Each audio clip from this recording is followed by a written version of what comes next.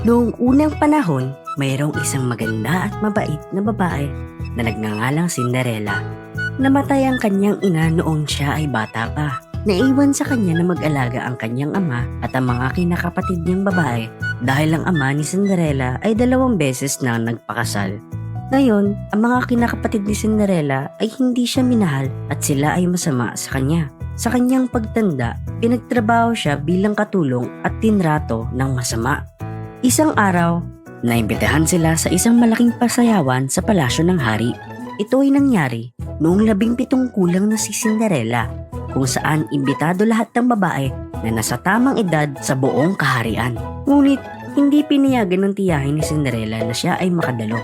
Pinagawa niya ito ng mga damit para sa sayawan at pinakulot ang buhok ng mga kapatid nito. Inutusan nila siya buong magdamag. Pinunit nila ang ginawang kasuotan ni Cinderella at binato sa apoy. At sila ay nagpunta sa pasayawan. Iniwan si Cinderella na nag-iisa sa bahay. Siya ay nalungkot at nagsimulang umiyak. Nang siya ay mawawalan na ng pag-asa, isang diwata ang lumitaw at sinabi, "Minamahal, huwag kang umiyak, Cinderella.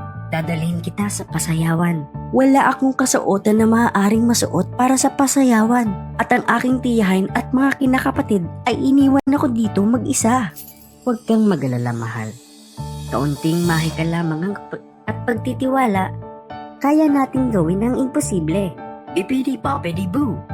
Winagayway ng diwata ang kanyang mahiwagang istig at nagpalit anyo na si Cinderella. Naging magandang damit ang kanyang mga lumang damit. Hinawakan ng diwata ang kanyang mga paa at nagkaroon siya ng sapatos na gawa sa kristal. Wow! Napakaganda naman ang damit na ito, diwata. Ngunit, paano ako pupunta sa sayawan? Nakakita ng 6 na maliit na daga na malapit sa kalabasa ang diwata. Hinawakan niya ito at sinabing, "Pipidi-papidi-boop!" Biglang naging 4 at itim na kabayo at 2 tao ang mga ito. Naging sasakyan naman ang kalabasa. Natuwa ng lubos si Cinderella at pumunta na sa pasayawan na hila ng 6 na itim na kabayo. Bago sila umalis, sinabi ng diwata na, "Cinderella, kailangan ninyong makauwi bago sumapit ang hating gabi." "Pangako, maraming salamat sa ginawa ninyo, diwata." Nang nakarating na si Cinderella sa palasyo, lahat ng tao napatingin sa kagandahan ni Cinderella. Ngunit walang nakakilala sa kanya. Kahit ang kanyang tiyahin at kinakapatid ay hindi siya nakilala sa ganda ng kanyang suot na damit at sapatos. Nakita rin ito ng napakagwapong prinsipe at napamahal ito kay Cinderella ng agad-agad.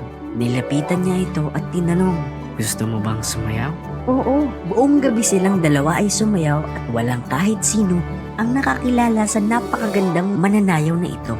Napakasaya ni Cinderella na nakasayaw niya ang prinsipe at muntik na niya makalimutan ang sinabi ng diwata. Sa huling sandali, ito ay kanyang naalala at nagmadali pa uwi. "Nako, kailangan ko nang umalis," sabi niya at dali-daling umalis sa palasyo. Isa sa kanyang mga sapatos ay nalaglag pero hindi ito binalikan ni Cinderella. Nakauwi na siya bago pa man sumapit ang hating gabi. Ang kanyang sasakyan ay naging kalabasa muli.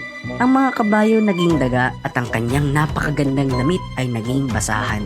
Lumipas ang ilang saglit at nakauwi na rin ang kanyang tiyahin at mga kinakapatid. Pinag-uusapan nila ang napakagandang babae na kasayaw ng prinsipe buong gabi. Napamahal ang prinsipe kay Cinderella at gusto niyang makilala kung sino itong nakasayaw niya na sobrang ganda. Ngunit kahit ngalan niya ay hindi niya alam. Nakita niya ang sapatos na gawa sa kristal na nalaglag sa paa ni Cinderella nang ito ay papauwi. "Hahanapin ko siya at kung sino man ang makasuot nitong sapatos na ito ay aking pakakasalan," himig ng prinsipe. Kinabukasan, pinuntahan ng prinsipe at ang kanyang mga alila ang lahat ng bahay sa kaharian. Gusto nilang makita ang nagmamay-ari ng sapatos na ito. Pumunta ang prinsipe sa bawat bahay ngunit hindi makita kung sino ang nagmamay-ari ng sapatos na ito. Dumating ang prinsipe sa bahay ng mga kinakapatid ni Cinderella at sinubukan nila ang sapatos na ito. Sinubukan nilang puwersahin na mapasok ang kanilang paa at nangamba ang alila ng prinsipe na baka masira ang sapatos. Samantala, ikinulong siya ng tiyahin ni Cinderella sa kwarto para hindi ito makita ng prinsipe. Umiyak si Cinderella dahil hindi niya alam ang kanyang gagawin. Kumanta ito para ibsan ang kanyang nararamdaman. Samantala, Sa ibaba ay narinig ng prinsipe ang magandang paggantang ito. Nagtanong ang prinsipe kung mayroon pa bang babae sa tahanan na iyon. Sinubukan na paalisin ng tiyahin ng prinsipe, ngunit iniutos ng prinsipe sa kanyang mga kawal na akyatin ang hagdanan at tignan ito. Bumaba si Cinderella at sinubukan ng sapatos na dala ng prinsipe. Sakto ang sapatos sa paa ni Cinderella at nakilala ng prinsipe si Cinderella. Natuwa siya na nakita niya ang kanyang minamahal. Cinderella, mahari ba ikaw ang aking maging reyna? Ikaw ay napakabait at pasensyoso, at siya na kayang sumailalim sa kawalan ng katarungan ng mapagkumbaba. Siya ay marunong maghari ng may katarungan. Oo, aking prinsipe. Kaya ikinasal si Cinderella sa prinsipe at namuhay sila ng mapayapa at masaya. Pinatawad niya ang kanyang mga kinakapatid at tiyahin. Naging mabuting reyna si Cinderella at minahal niya ang kanyang mga alagad. Moral, maging matapang at mabait.